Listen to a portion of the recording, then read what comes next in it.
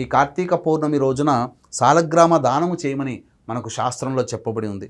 కాబట్టి సాలగ్రామ దానం అనేటువంటిది చేయాలి. అంతేకాకుండా అమలక అంటే ధాత్రి అంటే ఉసిరిక పండులని దానం చేయాలి. ఈ రోజున విశేషముగా ఉపవాస నియమాన్ని పాటించి వీలైనంతగా అన్నార్తులకి అన్నదాన కార్యక్రమం జరిపించడం అనేటువంటిది ప్రధానమైనటువంటిది. అంతేకాకుండా ఈ కార్తీక పౌర్ణమి మహాశక్తివంతమైనటువంటి రోజుగా చెప్పబడింది. కాబట్టి ఏ ఇంట్లోనైతే మణిద్వీప వర్ణన ఎక్కువగా అనగా 27 సార్లు పారాయణం జరుగుతుందో ఆ లలిత అమ్మవారి శక్తి సంపూర్ణంగా ఉంటుంది.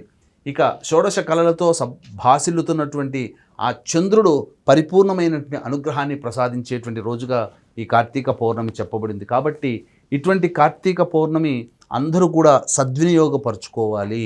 అంతేకాకుండా ఈ కార్తీక పౌర్ణమి రోజున ప్రధానముగా వస్త్రదానం చేయమని మనకు శాస్త్రంలో చెప్పబడింది.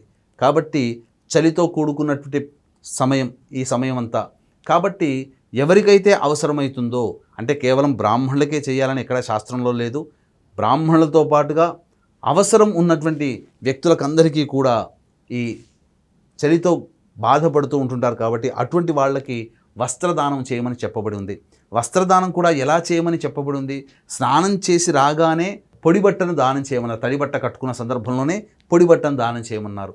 అంటే దీని అర్థం ఏంటంటే దానం చేసేటువంటి వ్యక్తికి మనము తగిన సౌకర్యం, స్నానం చేయడానికి తగిన సౌకర్యం కల్పించి తడిబట్ట ఉండగా పొడిబట్ట గనక ఇచ్చి కట్టుకునే అవకాశం గనక మనకు సంకల్పించినట్లయితే అదే దానంగా చెప్పబడి ఉంది.